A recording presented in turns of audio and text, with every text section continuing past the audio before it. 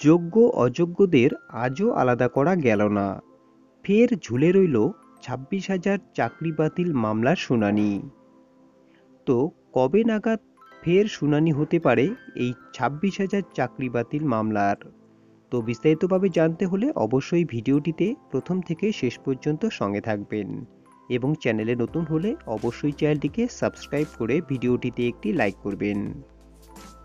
SSC 26,000 চাকরি বাতিল মামলার শুনানির পরবর্তী দিন ঘোষণা করে দিল সুপ্রিম কোর্ট। আগামী 27শে জানুয়ারি ফের শুনানি হতে চলেছে এই মামলার, অর্থাৎ বুধবারও ঝুলে রইল চাকরি প্রার্থীদের ভবিষ্যৎ। যোগ্য এবং অযোগ্য কারা তা এদিনও আলাদা করা গেল না। সুপ্রিম কোর্টে এদিন গ্রুপ সি চাকরি প্রাপকদের আইনজীবী বৈধ এবং অবৈধ চাকরি প্রাপকদের আলাদা করতে তদন্তের দাবি করেন।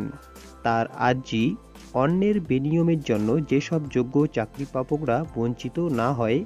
অন্যদিকে নবম দশম ও গ্রুপ ডি চাকরি প্রাপকদের আইনজীবী মুকুল রোহিতগির বক্তব্য, নাইসার প্রাক্তন কর্মীর কাছ থেকে পাওয়া 3টি হার্ড ডিস্কের বৈধতা কতটা তা জানা দরকার।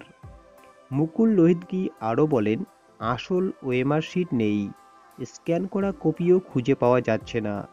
তাহলে ওই 3টি হার্ড ডিস্কের উপর কীভাবে ভরসা করা যায় সেই প্রশ্ন থাকছে। হার্ড ডিস্ক বিকৃতি করা হয়ে থাকতে পারে বলেও সন্দেহ করেন তিনি।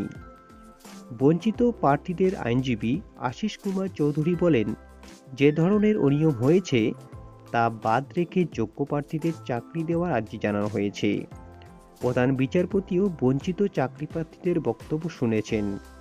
অনুরোধ করা হয়েছে প্যানেল রিকোয়েস্ট করে নিয়োগ করা হোক।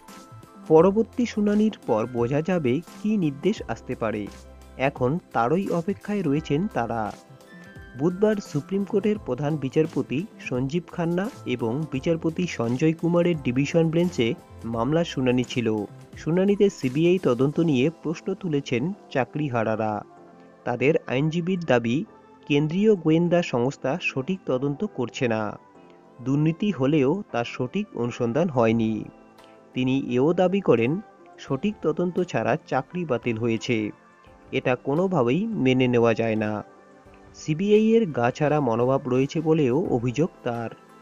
তাই কলকাতা হাইকোর্টের যে নির্দেশ দিয়েছে তার পর্যালোচনা হওয়া উচিত বলে মন্তব্য করেন তিনি।